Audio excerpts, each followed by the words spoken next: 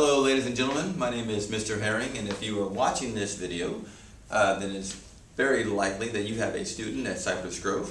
I am a 5th grade social studies or intro to U.S. history teacher at Cypress Grove Intermediate, and I will be having your student in my class. I like to do a little video, a pre-video, to give you a little bit of information about me, my class, and some tips on how your child can be successful in my class this year. All right, so we're going to go ahead and get started with a little bit about me. This is a little bit about me. I've been teaching for about 21, 22 years now. I taught elementary for 15 years. Most of that was spent in 4th grade. I spent a couple of years in 3rd. I did 1 year of 5th at a different district in elementary, and then I was a math specialist for a couple of years in there as well. I taught all subjects. I went to Texas A&M University. My favorite restaurants here in College Station are Whataburger and Gringo's, kind of generic, but we eat there a lot. My favorites are Dr. Pepper and Reese's. However, I'm not drinking Dr. Pepper anymore, and if you know students who've had me in the past, that's going to be eye-opening for them, because there was a time where there was always Dr. Pepper in my tumbler on my desk, and that is no more. I've got 3 wonderful children. 2 graduated from A&M like me and my wife, and I have a 3rd who is a current sophomore at Texas A&M University. One of my children is an archaeologist, one is a vet med student, or will be a vet med student, and my son is pre-med. He wants to be an anesthesiologist. I've got some goals after I retire, one day I hope, in the very distant future I'm sure. I like to travel the world and the country to watch baseball across this country and then see some other parts of the world that I've not seen yet. Love animals. I've got a couple of them. I've been around animals my entire life. I was raised on a farm and a ranch, so I've been around livestock and animals my entire life. Here at Cypress Grove Intermediate, most of my colleagues call me the resident Texas A&M Aggie baseball fan. I am a huge A&M Aggie baseball fan. I go to all the games here at Olson Field. I even travel to some of the games each year. If you do attend a baseball game at College Station at Olson Field and you see me, please have grace. I'm a very different person there. I'm a very passionate baseball fan, especially a passionate Aggie baseball fan. Not missed a game at Olson in about 8 years. I love Aggie baseball. I love hanging out with my family most days. We like having a lot of fun.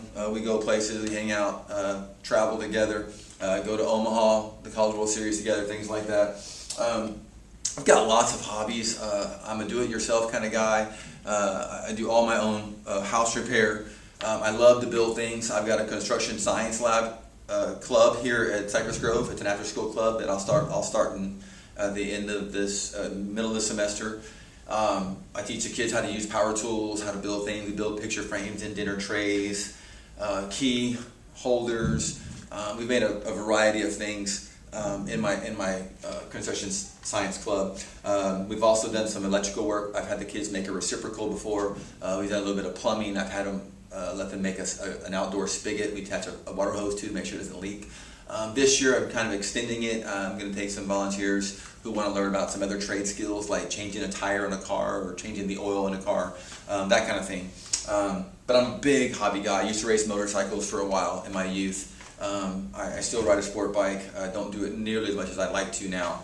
But I love playing guitar. I taught myself how to play guitar, and this year I'm really impressed and proud of myself. I've taken on a challenge. My 7th period is my off period, and if I don't have an ARD or a parent conference or something like that, I will be in the music hall learning how to play the trumpet with Ms. Montgomery. She has offered to let me join her class and learn how to read music and play the trumpet. So I'm really excited about that. But I'm a very hard worker. I've got an incredible work ethic. I'm very high strung. I've got a non-stop motor. I think that helps me get into a rhythm with my students. They get my humor. I'm really childish sometimes. I like to be funny and playful. We have a lot of fun with each other. We kind of pick on each other sometimes and have fun, and it's all good fun. But I'm really, really high energy. I've got a really loud voice. So if your child comes home and Miss Herring's yelling at me, I promise I'm not. Just let me know. I'll talk to them. And most kids pick up on it really early. I've got a really big voice. And I talk really fast. And I tell my students, if I'm going too fast, tell me, slow down. And I will. I try. So here's my family, my 3 kids, my beautiful, lovely wife. She is the everything for me. If it wasn't for her, I don't know if I could be as successful as a teacher as I am. She's very supportive. My son, this is him in 8th grade, this is him in college. He's, like I said, a sophomore, second semester sophomore. My archaeologist, my soon-to-be vet. Yeah, and that's us. This is me and my wife in France. A really good time there. That's my family. Love everybody. I love everything about them. They put up with me, which is a good thing. So for social studies, now what I show you this list, these are things that we're going to use in my class. Most of this I generally provide. I want to make sure my kids have everything they need and spend as little time looking for things as they need. So I provide every student with their own personal cubby or locker in my room with a basket that has a material bag in it. And everything they need for my class that day is in that bag. Scissors, glue stick, highlighters, pencils, pens, everything is in there. Dry erase marker, it's all in that bag. And all I do is ask them is if they see that the things are missing, they let me know so we can replenish it. But I know some students like to have their own things, and that's perfectly fine. These are the things they need. It's very, very important. It's vital. It's crucial. It's a non-negotiable. The students must have a composition notebook for social studies. The little one, college rule, the wide rule, doesn't matter. We don't use all the pages. We use about 120 pages. That's front and back. They need that. They will need a tab in their binder. Every student was asked to buy a binder, and we'll have a tab for every class, but they will need a tab for social studies because that's where we'll put our graded work when it gets returned. They'll hole punch it themselves and put it in their binder for you. They will get a school planner from the office this year. Loose leaf paper, we don't use a lot of it in my room. We very seldom use loose leaf paper. We do most of our notes in our journal. Every once in a while we'll have a separate writing assignment, and I have a lot of that if your student doesn't have it. Tissues, the more the better. We get that season in the winter and we need a lot of tissue. But by the end of the year, the kids get really stoked about a tissue box project where it's a culmination of all the things we've learned. They go through and they look in their journal and they pick something that they learned about in their journal that they really, really enjoyed. And they write facts about that event or that person or that artifact, and they decorate a tissue box with that topic. It's amazing. The kids do great work, and I will be creating a PowerPoint for that as well to send home with the parents to show them ideas and examples of past work, but they love that. Red pens, package of pencils, dry erase markers, extra glue. Glue, this is a big one. We use glue sticks almost every day, and it never fails. No matter how many hundreds of glue sticks I have each year, I run out. So if you are one of those parents that love to donate things and you feel compelled to help out the class, we'll take all the giant jumbo glue sticks you can provide. I promise you I will use them. If you also like to donate to the class, I'm always welcome to gift cards. I know parents like to buy things for the teachers. I'm not a coffee drinker. Please don't give me a Starbucks card. If you do, a disclaimer, it'll probably be re-gifted to my wife or one of my daughters. And if you give me a gift card, like an Amazon gift card or something, I can use that to put back in my classroom. I know parents don't like me doing that because they want it to be for me, but that is me. If it's baseball related, you want to buy me gifts. Baseball related stuff is always fun, but gift cards, if you feel like you really want to and need to get something for me, gift cards is great. I can put it back in my room. All right? 3 rules. They're like the 3 golden rules here. Follow the rules. Follow all my expectations. I don't like to use the word rules so much. I use expectations. Treat others the way you want to be treated. The golden rule, right? Dr. Seuss. Everything I ever needed to learn, I learned from Dr. Seuss. And respect self, others, and their property. Really big ones. Kids like to, I don't want kids bickering over things. Just be respectful of each other and their property, and we'll be just fine in class. Procedures for entering my class. When you enter the door, say no more. Be quiet the first 5 minutes until everybody's in on task, and then we get into our social time. It's a routine. My classroom runs like a well-oiled machine. It's the same routine every single day. The only thing that changes is the content and the administration of that instruction. But when they come in my room, it's the same thing every day. They'll come in my room, they'll check the bell work table, pick up any work they need for the day, go to their desk. They're going to take everything out of their backpack that they need for that day. Maybe it's work they need to turn in, or their planner, or their own pencil bag, whatever they might need for that day. And then they'll take their backpack to their cubby. Every child has their own individual cubby. Well, almost every child. We got really big classes. I'm working on that. They'll return to their desk, and then they'll immediately look at the board and follow direction on the board. It might be filling in their planner, filling in their journal, table of contents, whatever that might be. And that does not change. It is the same every single day except for Monday. Monday we have a couple extra procedures. They have to check their mailbox. Every student has their own personal mailbox. All the graded work will come home on Monday. So Monday, if you want to know how your child is doing in my class, ask them, hey, do you have any graded work for social studies? If they had any, it'll be in their binder on Monday. Mondays, they also have to fill in their plan. I have a weekly agenda on my board, and it tells them what we're doing very generally every day of the week. They will fill that in their planner so they know what's going on. Feel free to look in that planner so you know what's coming up as well, and if there's tests or things like that. All right?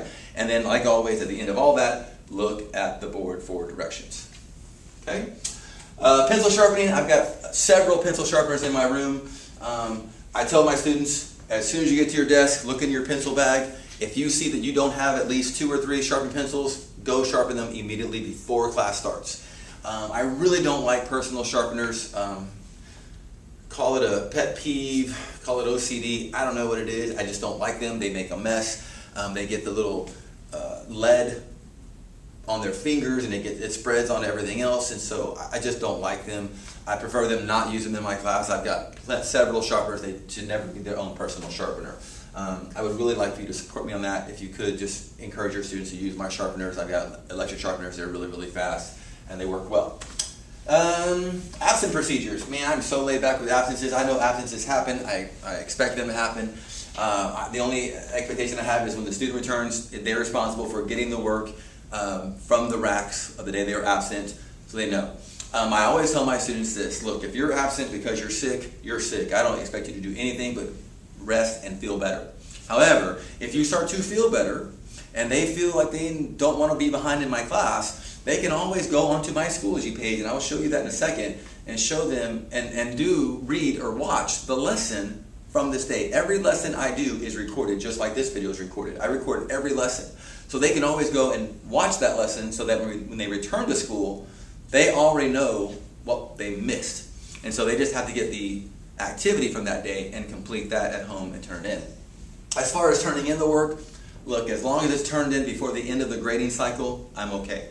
Just so you know, it will be a 0 in the grade book until I get that paper returned. I'm really easy going about that. I just need it turned in before the end of the cycle. And if they need help with it, they can come and see me during advisory maybe, or after school sometime, and I'll be more than willing to sit down with them and help them out. Okay? Restroom procedures. We got a brand new spanking beautiful restroom. We're going to talk a lot about this in the beginning few days of school. In my room, I've got a policy: go if you need to go. You don't even have to ask for permission as long as nobody else is out. I've got a go stop sign by my door. If it says go, that means no one is out. They can go. If it says stop, they got to wait till someone comes back. I do teach the kids this: don't go to the restroom while I'm giving instruction or when we're watching a movie. Try to hold it or go between classes. And I know sometimes you don't got to go between classes, and if it's an emergency, you got to go. But I don't want them to feel like they have to raise their hand and interrupt. If I'm working with a small group, interrupt me. If there's no one out, they need to go, they can just go. It is a privilege, and if they abuse it, they'll lose it. But I want them to learn that responsibility now. It's very important. And I'll talk a lot about that. You can always review that with them after watching this video. Dismissal procedures. This is really funny. I'm not that guy. I say I dismiss you, I will dismiss you, but look, if the bell rings and if their table is cleaned up, they're free to go. I just don't want them leaving a mess on their table. That's all I ask. I don't say, okay, that group can go, this group can go. When the bell rings, I walk around, I see the tables are good, I don't interrupt them when they're leaving. If I see a table's not cleaned up, I'll call them back and they'll have to clean up their station before they leave. But that's a real big deal. I've got a weekly agenda, I talked about that. A daily plan, I talked about that. Community supplies, when a student has their pencil pouch and they see that they're missing something or something's run out, I have a location in my classroom where I will ask them to go replace it. They'll go get what they need and bring it back to their table. And in the teacher area, the only space in my room that's kind of my personal space, I like them to stay out of that if they can. Binders, there's an order for the binder. The pencil pouch in there is the first thing in the front of that binder. They'll need that for every other class. All the things that they need: red pen, pencils, sharpeners, scissors, glue, colored pencils, highlighters, things like that, scissors. A planner they'll get from here. That goes in the binder as well. And then you have your tabs: math, ELA, social studies, science, elective, and then some blank note paper at the end. Every child is supposed to have a binder. That's what it's been in the past. That has not changed as far as I know. But if they need help putting their binder together, I'm more than happy to help them with that as well. Here's our advisory class. Advisory, this is not necessarily pertaining to social studies so much, but it's just something that you might want to know about. Monday is our SEL lesson, our Character Strong. We have Exact Path is our tutoring time for reading. On Tuesday, our Village Day, where we get together as villages. On Wednesday, Thursday is our tutoring time for math, and then Friday is our tutoring time for science, and that's when we do our grade checks, binder checks. The students will email you their grades, so you know what their grades are in their classes, things like that, and then we do a study island for science. I've got some computer expectations. If you would help with this at home and kind of enforce this with them, they have to log out after every use. They must log out and not close the laptop until it's a black screen or the home screen. We'll check for updates routinely and update. We can't shut the computer until the update is complete. It takes a while. And then every Friday we will shut down the computer in my class. Every student has their own laptop in my class, and that's a really good thing. I got a brand new cart, super excited about that. And then I plug them in because it's a USB-C, and I don't want someone to actually break it off, and so I plug them all in for the students. Alright, if you have any questions about anything I've talked about, please feel free to contact me at fherring@csicd.org, and I will get back with you as soon as possible. Now, before I leave you, I know I've talked a lot, I apologize for that. I want to talk about how can your child be very successful in my class. And the best way for your child to be successful in my class is using Schoology. Now, if you have not connected yourself to your child's Schoology account, please email me and ask for the parent code so I can get that to you, and you can connect to your student's account. You want this information. You want to be able to see what your student sees. When your student logs into Schoology, when they go to my course, it's going to look just like this. They're going to see Welcome to 5th Grade Social Studies and these 5 wonderful baseballs. The most important baseball here is the interactive journal. All right, let me tell you why. Everything we do in class is on this journal, and it's on this journal in video form and paper form. So if you go to that link, you get an online table of contents, which is awesome. I don't pat myself on the back very often, but this is one of my big accomplishments.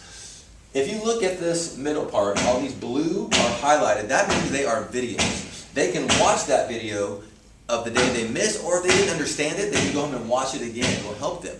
And then they go to these pages, and those are the paper notes that we put into our journals, which is a really good resource. So, like Continents and Oceans, if they scroll up to page 6, this is the note page we put in our journal. It has all the continents and oceans that we learned about. So it's a really, really great resource for you guys to use, okay? And if you are not connected, like I said, please email me and let me know you need the parent code, and I will get you connected so that you can see all of this information, right? But like I said, Schoology is the absolute best place to get their information.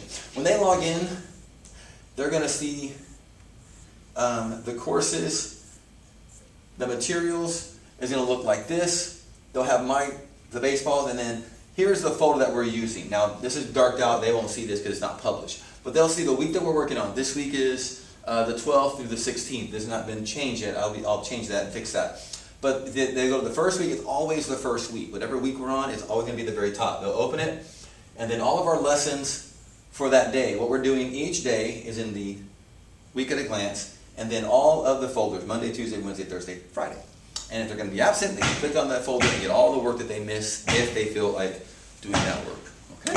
I really hope this helps. It's really my goal to get you guys as familiar as possible, not only with me, but with my classroom. I look forward to seeing all of you at the open house, the teacher night.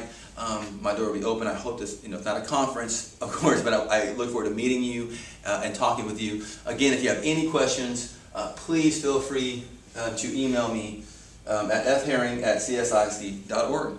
And I can't wait to meet your students and teach them all that I possibly can. I hope you have a great year, and we'll see you then.